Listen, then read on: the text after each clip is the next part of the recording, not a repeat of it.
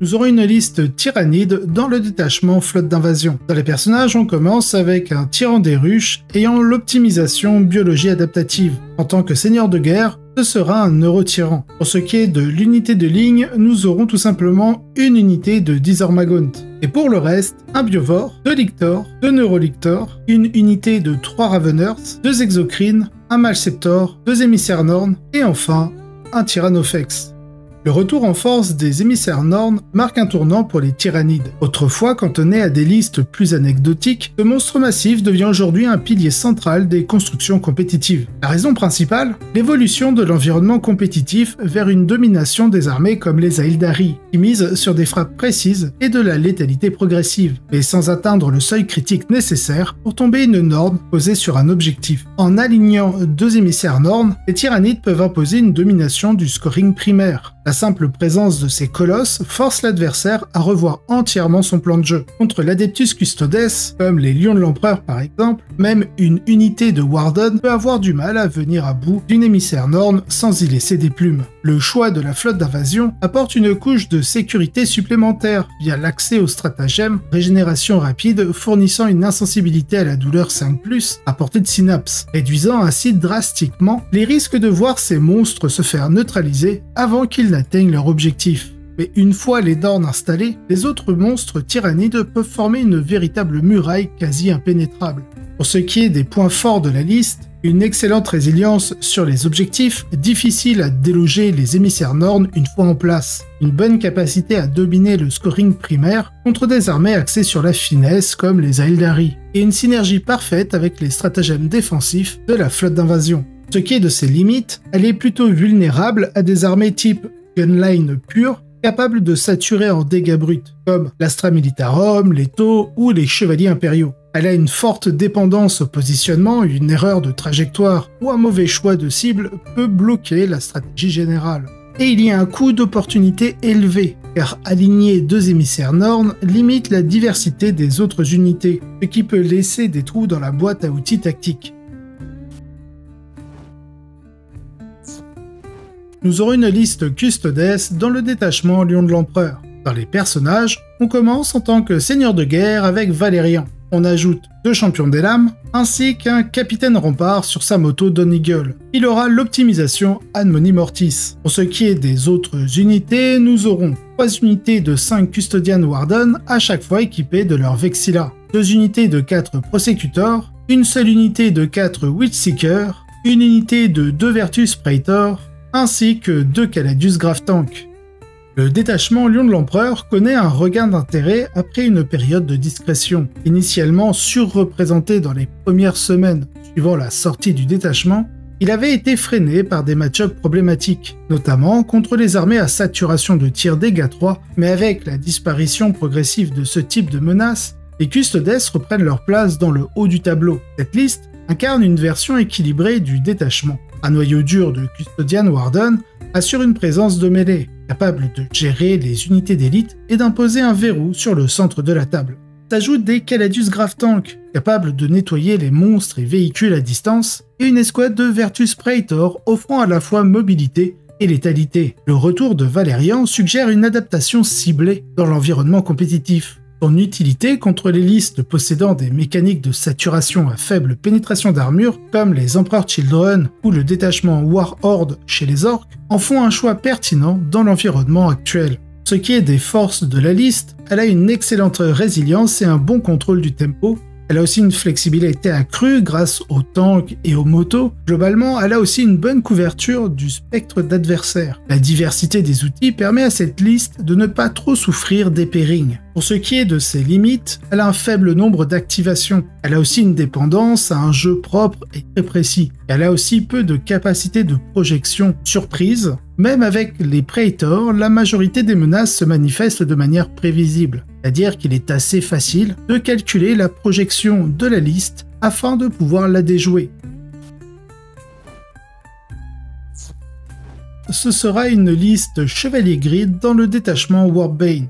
Dans les personnages, on commence avec un Castellan Crow, ensuite un Grand Maître dans son cuirassier Némésis, ainsi que Keldor Draigo en tant que seigneur de guerre. Dans les unités de ligne, on aura un grand bloc de Terminator de la confrérie, et une petite unité de 5 strikes. Pour le reste, nous aurons une unité de 5 interceptors, 3 cuirassiers Nemesis, une grande unité de 10 purifieurs, mais nous avons aussi 2 autres plus petites unités de 5. Le détachement Warbane montre tout son potentiel avec une construction presque académique, exploitant au maximum les forces des Chevaliers Gris. La liste combine efficacement la projection de menaces au corps à corps, la puissance d'impact cuirassier Nemesis et le soutien des unités d'infanterie. On y retrouve un excellent dosage entre agression et utilitaire. Les cuirassiers Nemesis apportent une force de frappe indispensable, notamment contre les grosses menaces, tandis que les unités de strike et interceptor assurent un travail de harcèlement, de prise d'objectifs et de contournement. Le mélange de capacités offensives, défensives et de mobilité donne à la liste un profil très complet. Pour ce qui est de ses forces, elle a une excellente polyvalence, un fort potentiel de projection. Elle a aussi une bonne gestion des secondaires, grâce à des unités capables de se redéployer et marquer rapidement. Pour ce qui est de ses limites, elle a une faible tolérance à l'erreur. Elle a aussi une dépendance au timing. Mal gérer l'enchaînement des frappes ou des téléportations peut vous coûter cher. Il y a aussi un risque face aux listes de saturation. Contre des armées capables d'inonder le champ de bataille, les Chevaliers Gris peuvent manquer de volume de tir et de corps à corps.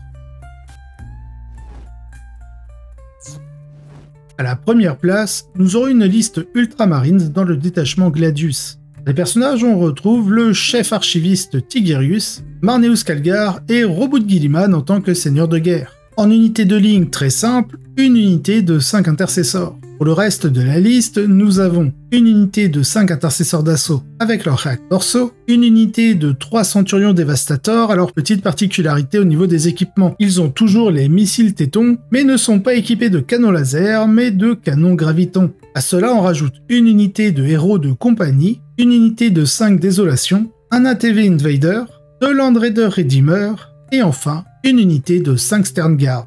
Le cœur du dispositif repose sur 2 Land Raider Redeemer, un choix atypique mais redoutablement efficace dans un méta dominé par l'infanterie d'élite et les blindés moyens. Leur capacité à projeter une saturation de dégâts thermiques dans un gabarit relativement mobile en fait un cauchemar pour tout joueur d'armée basé sur des volumes d'infanterie ou des véhicules résistants mais lents. Le duo de Roboute Guilliman et Marneus Calgar assure une double assise. Le premier améliore les statistiques et les relances, alors que l'autre régule l'économie de points de commandement et est ici central. L'ajout de Tigerius permet une synergie rarement exploitée, améliorer le potentiel offensif des Sternguard tout en générant des stratagèmes gratuits. Le résultat est une armée capable d'enchaîner les phases de jeu avec une efficacité quasi chirurgicale. Elle absorbe la pression, contre-attaque avec violence et contrôle l'économie en point de commandement. Cela pour maintenir un niveau de menace constant. Pour ce qui est des forces de la liste, nous avons tout d'abord le double Redeemer. C'est un cauchemar pour les infanteries résistantes et elle possède un contrôle de zone plutôt efficace. Une forte économie de points de commandement, grâce à la combinaison de Marneus Calgar, Roboute Guilliman et Tigerius, une excellente synergie entre personnages et unités d'élite, ainsi qu'une résilience élevée grâce aux Land Raiders et aux personnages nommés très robustes.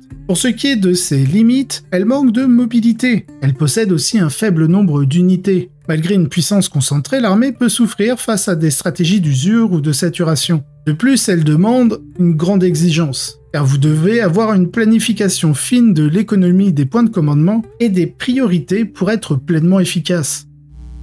Une petite parenthèse avant de continuer avec la suite des top lists. Si vous appréciez le contenu que je vous propose sur la chaîne, n'oubliez pas de vous abonner, de liker la vidéo et de laisser un commentaire. Ce sont des gestes simples, mais ils font vraiment la différence pour soutenir mon travail et m'aider à faire grandir la chaîne. Vous pouvez aussi me soutenir quand vous faites vos achats sur MyHobbyPlace. Il vous suffit de sélectionner ma chaîne au moment de valider votre commande. MyHobbyPlace me reverse alors 5% en bons d'achat et j'en réinvestis la moitié directement dans les lots pour les tournois que j'organise pour la communauté 40K. Et pour ceux qui souhaitent aller encore plus loin, j'ai également une page Tipeee. En la rejoignant, vous bénéficiez de plusieurs avantages, d'accès anticipé aux vidéos, un visionnage sans publicité et d'autres bonus exclusifs. En tous les cas, merci à tous pour votre soutien. C'est grâce à vous que je peux continuer à produire ce contenu et à organiser toujours plus d'événements et de projets. Allez, je ne vous embête pas plus, on reprend avec la suite de la vidéo.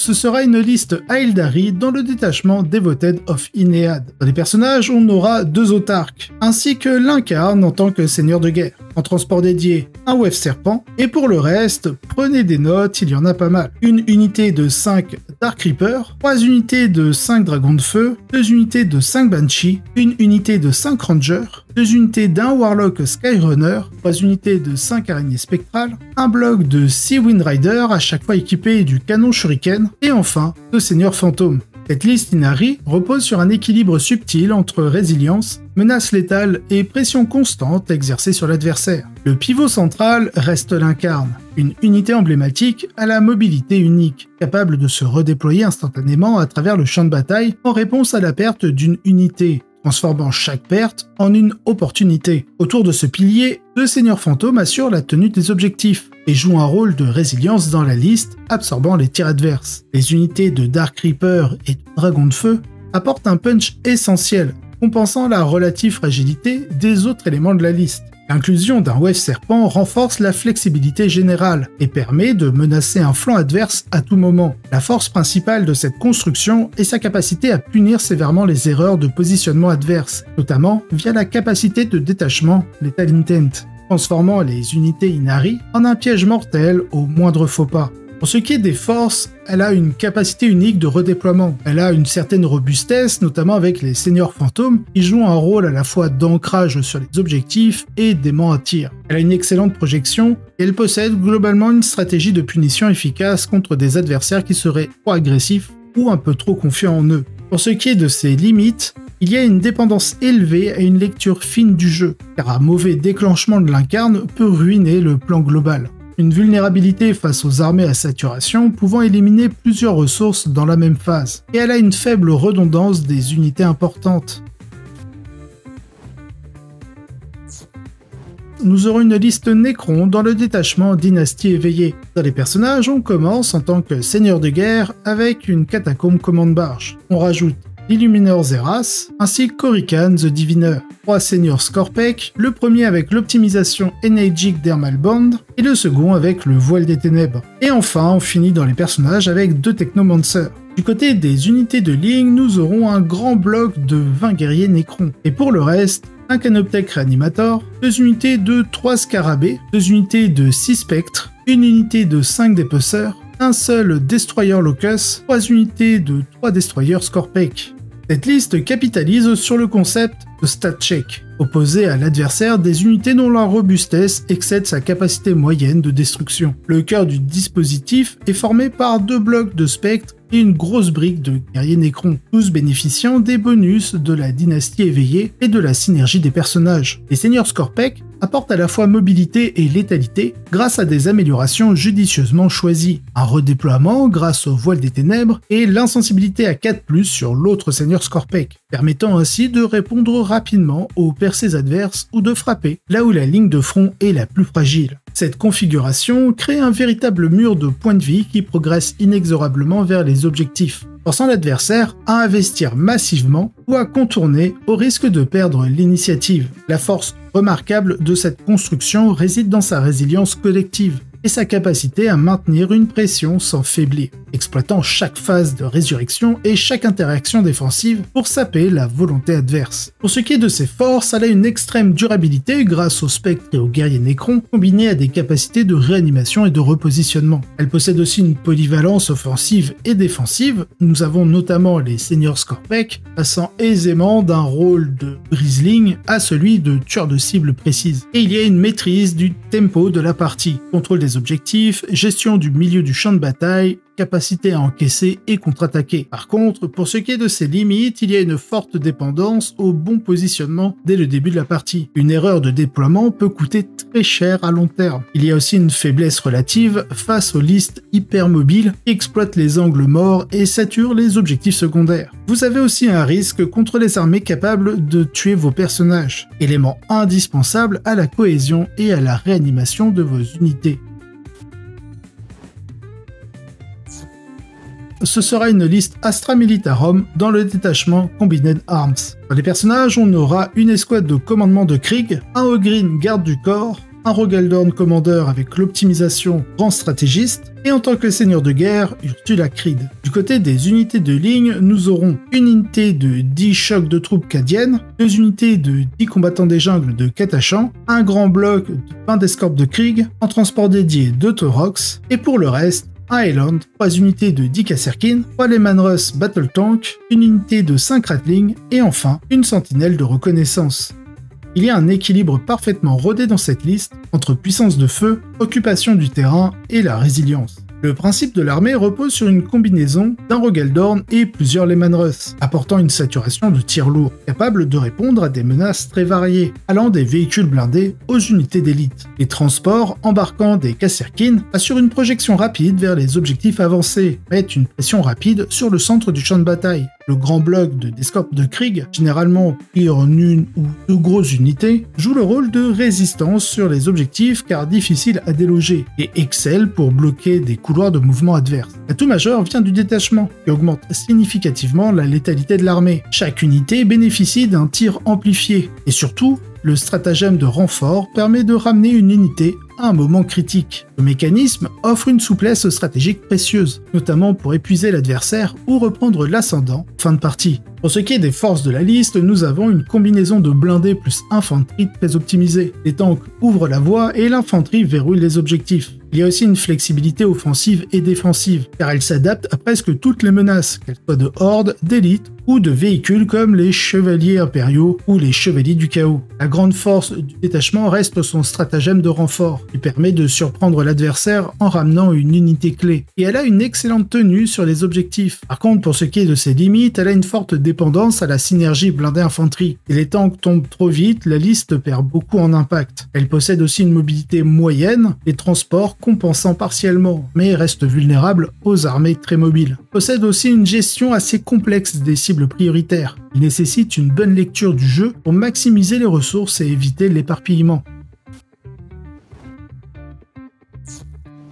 Nous aurons une liste chevaliers impériaux dans le détachement Noble Lance. Les personnages, on commence avec le Cerastus Lanceur, avec l'optimisation Mysterious Guardian, ainsi que le Chevalier Warden en tant que seigneur de guerre, avec l'optimisation Mythic Hero. Du côté des unités de ligne, grand classique, 3 armigères Elvériens, 3 armigères Aster, et en unité alliée, un Immolator et une unité de 10 heures de bataille.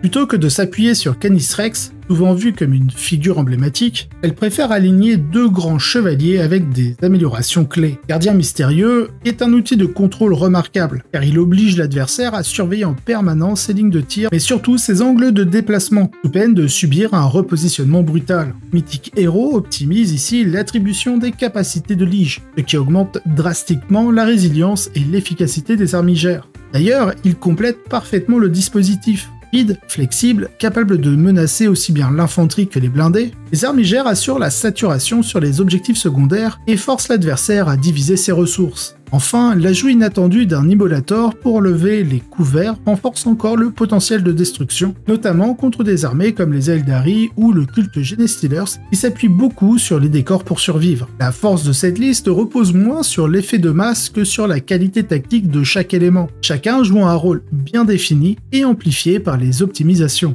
Pour ce qui est de ses forces, il y a une menace constante sur toute la table, grâce notamment aux gardiens mystérieux. Une excellente synergie verticale, les capacités de Lige améliorent les armigères, qui eux-mêmes prennent le contrôle des objectifs. Vous avez aussi une forte capacité de suppression de couverts, notamment grâce à l'Immolator, souvent négligé, mais ici décisif. Et vous avez une certaine flexibilité tactique pour répondre aux menaces lourdes comme légères. Pour ce qui est des limites de la liste, il y a une faible densité d'unités. Chaque perte est significative, et un mauvais engagement peut coûter très cher. Vous avez aussi une certaine dépendance aux améliorations de capacité de Lige. Si les grands chevaliers tombent vite, les armigères perdent en puissance. Et vous avez une sensibilité aux stratégies de saturation du champ de bataille. Par exemple, comme des armées tyrannides ou orques, dans un format de horde, multipliant leur nombre d'unités et donc d'activation.